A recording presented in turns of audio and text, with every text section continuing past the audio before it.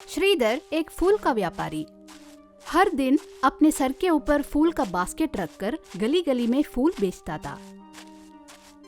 इससे जो कमाई मिलता था उसी से वो अपने परिवार संभालता था।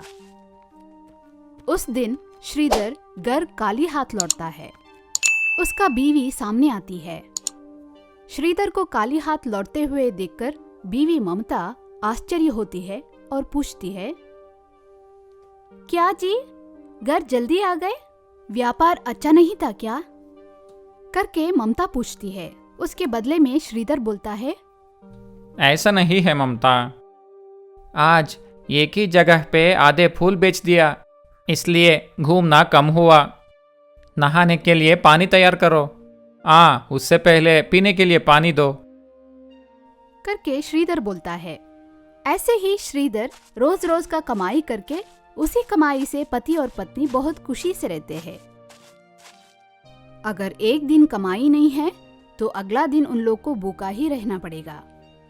इस तरह का जिंदगी होते हुए भी वो लोग बहुत प्यार से और खुशी से रहते थे। ऐसे ही एक दिन श्रीधर फूल बेचता हुआ रास्ते पे जाते वक्त एक कार बहुत तेजी से उसके आगे आता है। श्रीधर उस कार को देखकर थोड़ा साइड आते वक्त सर से फूल का बास्केट नीचे गिर जाता है। कार के पहिए फूल की बास्केट के ऊपर जाता है। उसे देखकर श्रीधर ऐसे चिल्लाता है, अरे साहब, मेरे फूल, मेरे बास्केट, भगवान! करके श्रीधर चिल्लाता है।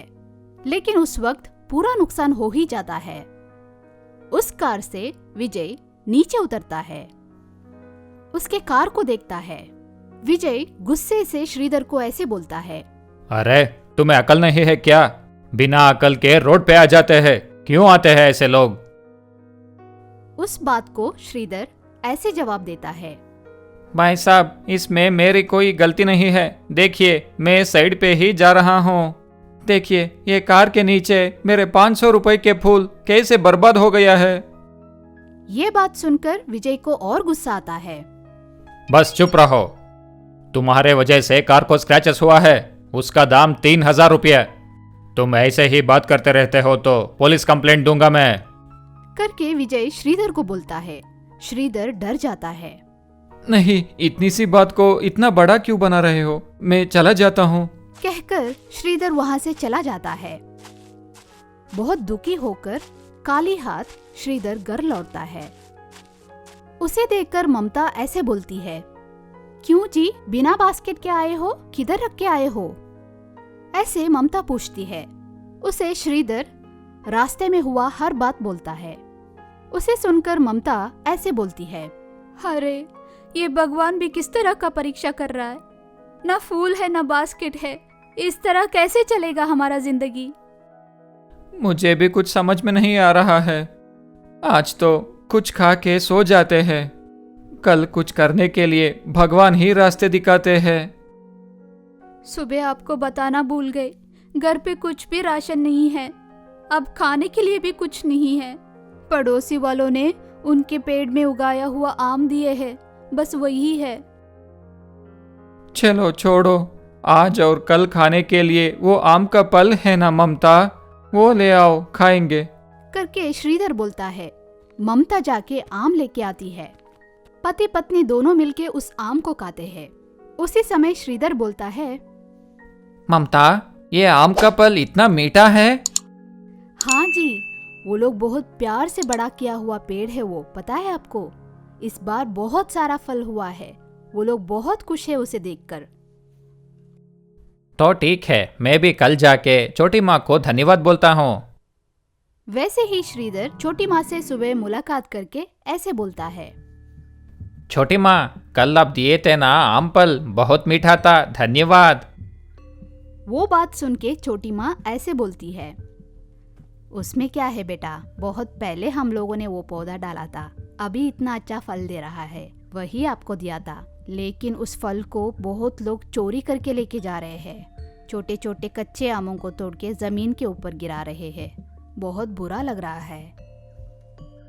आप सही बोली छोटी माँ, हमारी खुशी को ना सहने वाले लोग हमारी बगल में होते हैं। आपसे मुझे एक छोटी सी सहायता होनी है।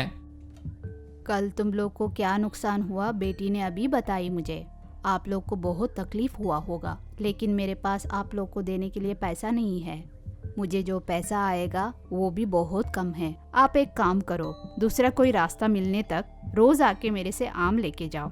बस यही दे सकती हूँ और कुछ नहीं। मैं आपसे पैसा मांगने के लिए नहीं आई छोटी माँ।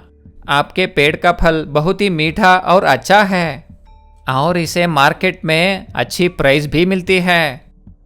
आप हाँ बोलती है तो मैं ही इस पेड़ का चौकीदार बनकर हर फल का रक्षा करूँगा और बाद में उन फलों को बेचकर मैं भी कुछ पैसा लेता हूँ छोटी माँ। ये विचार भी अच्छा है बेटा। ऐसे ही छोड़ दिया तो पता नहीं कौन कौन आके तोड़ के ले जाएगा। ठीक है, तुम ऐसा करोगे तो मुझे भी थोड़ा पैसा मिलेगा, तेरा कष्ट का भी थोड़ा हल मिलेगा। छोटी माँ का बात सुन के श्रीधर बहुत खुश होके वहाँ से जाता है। श्रीधर अपनी बीवी से सारी बात बताता है। पति का बात सुन के ममता ऐसे बोलती है, ये अच्छा हुआ, भगवान ने हमारा साथ नहीं छोड़ा। एक रास्ता बंद हो गया तो दूसरा खोला है हमारे लिए। एक बात ममता, छोटी माँ को कोई बच्चा संबंधी कोई भी नहीं है क्या? एक बार भी किसी आदमी को नहीं देखा है?